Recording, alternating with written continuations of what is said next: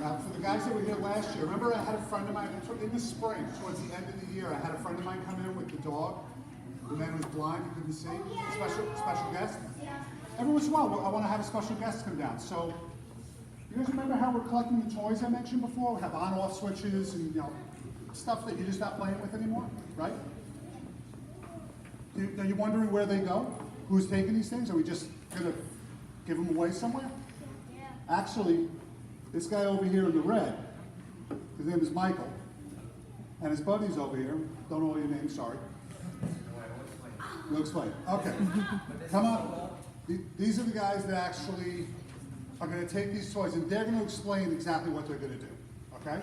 So please, give me your attention. I'm going to talk just a couple of minutes, and then you have a better idea of how you guys are being thrifty. Remember? You're not using it anymore, so you use it.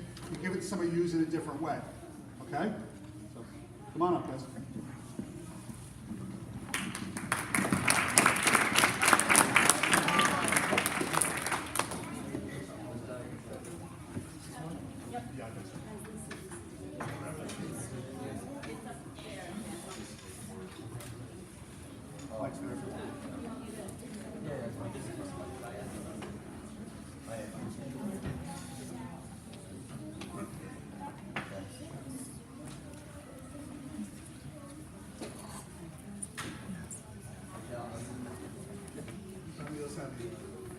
It's easier.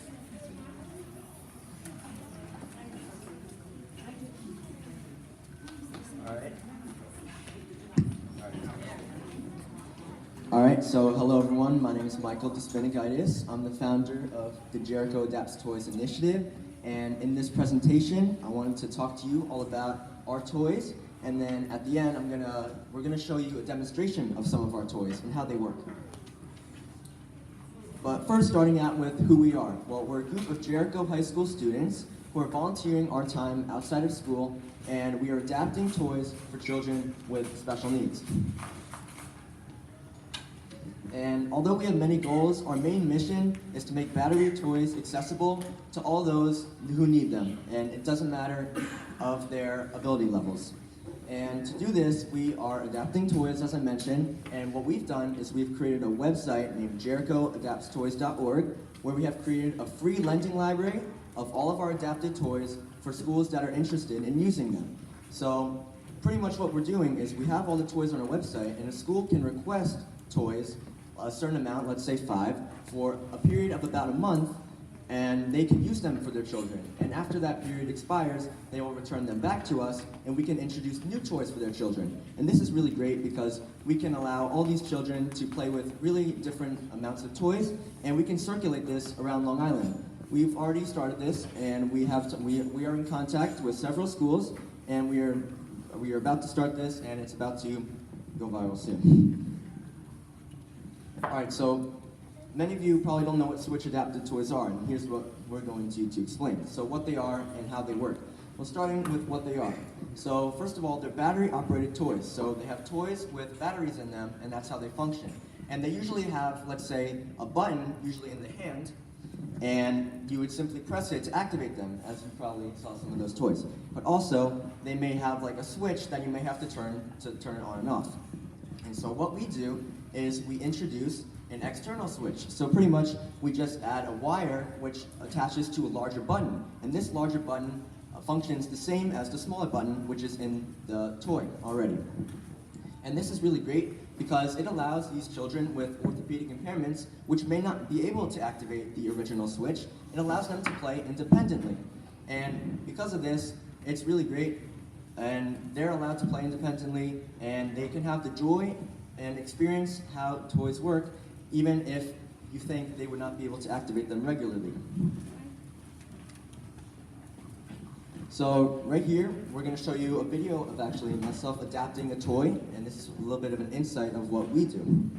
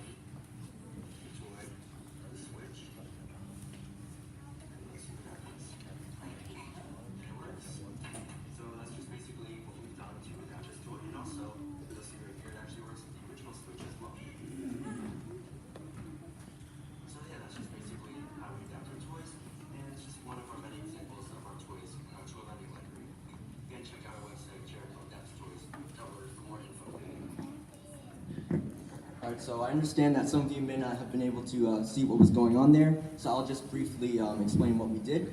So we cut open the toy, and there are 2 wires connecting the battery compartment to the switch. So if you can see right here, this is where the original switch was, as you can see in the foot. So we have cut into the toy, and the wire is right here.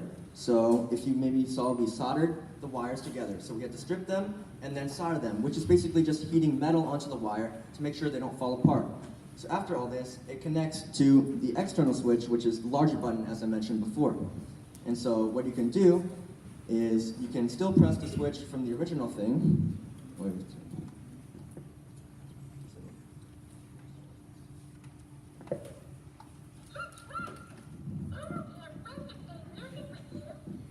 But then you can also turn on with the external switch, as Soho will demonstrate.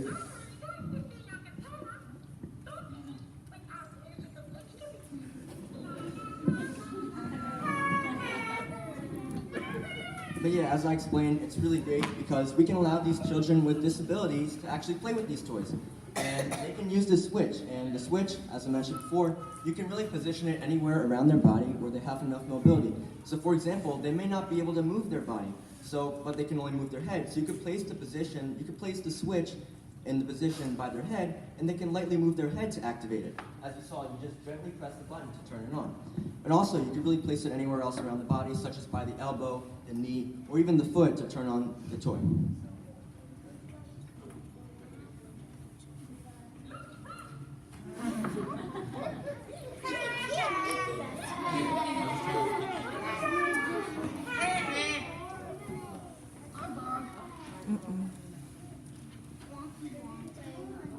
Okay, so we understand that some of you still may not be able to understand how these children use these toys. So what we have is actually an example of a child using these toys. And I just wanted to mention before we start the video that if you can see the green, blue, and the red switches, which are the buttons by the child's hand, is what the child is going to use to activate the toys, which you can see on the floor. It's going to be the bunny, the Spider-Man, and the Ninja Turtle.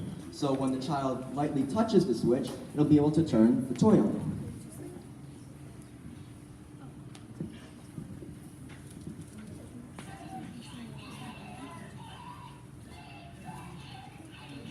So as you can see, he's lightly activating the switch with his hand.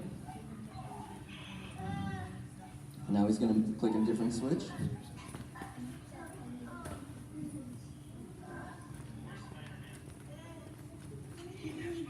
See, he activated the switch, and you see he can understand this, and that's why these toys are really amazing. And we can add these switches, and the children can activate these switches and turn on the toys. See, you turn on the switch through just lightly touching it.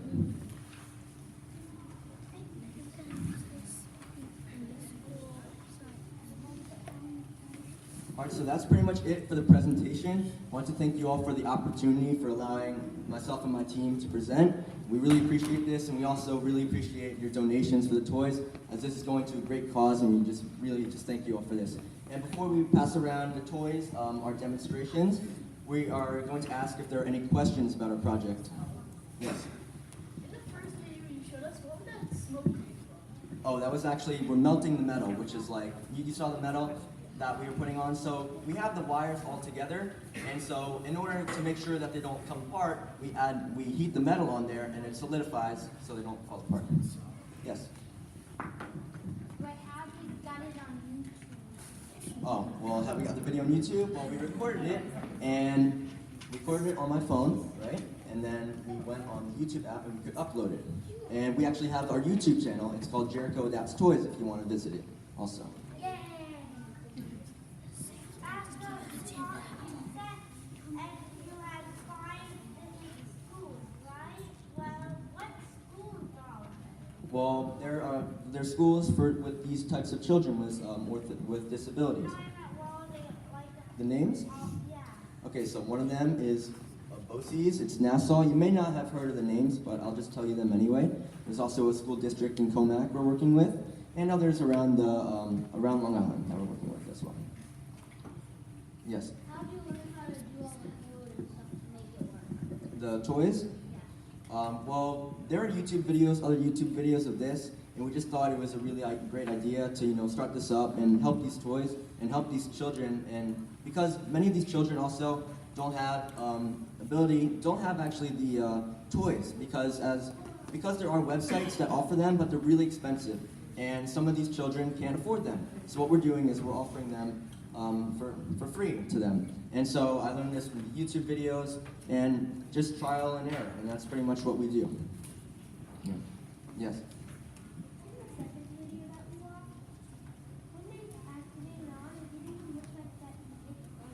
Yeah, no, well, the button's very easy to press, so even the lightest of movements, just like a light even finger tap, as you'll see like with a couple of our switches, that's what demonstrate, can turn the toy on.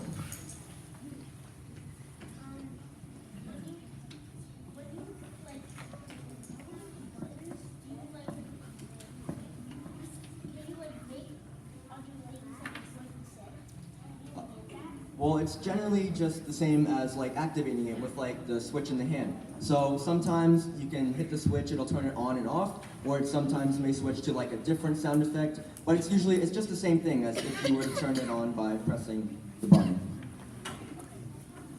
What did you use so that the person had to touch it lightly to make it? Well, we have these switches. There are custom ones that we have purchased, but there are also these ones that we bought online and we made accessible for the toys because they weren't accessible in the first place, but we did make them accessible. Yes. More questions, guys? Oh, we didn't make the button, we purchased it, but we modified it so that it works with our toys, and it's very easy to press, similar to the one that you saw in the video. Back there? How long does it take, to make all the toys? To adapt, well, a single toy, it usually depends, but the process of cutting it, soldering it, and doing all that takes about half an hour. So we're spending, all of us, I'm really appreciative of our team here, and we spend a lot of time working on this, and we really hope it blows up, and really looking forward to this happening. Yes. Was it hard when you first started with company trying to put the button with the other wires on the battery compatible? Yeah, it was hard because at first we really didn't know how it worked, so it took a lot of trial and error. We had to figure out what worked with what. For the buttons that we have, we found them on Amazon and we didn't even know we could adapt them. We just figured it out eventually. Oh, drop off? Well, if you are interested in having maybe a fundraiser in your school, maybe here, then we could really use that for dropping off toys to use in our cause. So maybe, I don't know, by your principal's office, you would have to coordinate. We could coordinate with the school also. But yeah, if it's possible, we would really be interested in that. We're going to actually collect every PAC meeting, the books for the book fairies, and then these toys. So as you guys, before Christmas, your moms and dads would really appreciate you getting rid of some toys. So put a pile together and ask them, say, can I give this to Michael to adapt them? And let them say yes, and then you can bring them to the December PAC meeting, or January, or February. So, yep. Yes. Currently it's coming out of pocket, but we also have a GoFundMe on our website. We've actually raised a couple $100, and we're really thankful for our donors. We also have an Amazon wish list of a couple of toy options, and people are donating, but it's mostly coming out of pocket, so we're hopefully looking for more donors on our GoFundMe, which is on our website. What does each one actually cost you? The toys? Yeah. Well, we usually buy them at a markdown price. It's close to $5, but also the materials cost more, and some of the toys aren't cheap, so it's expensive. What would say one To adapt it? Just to adapt the toy? Well, to buy the toy. Start to finish?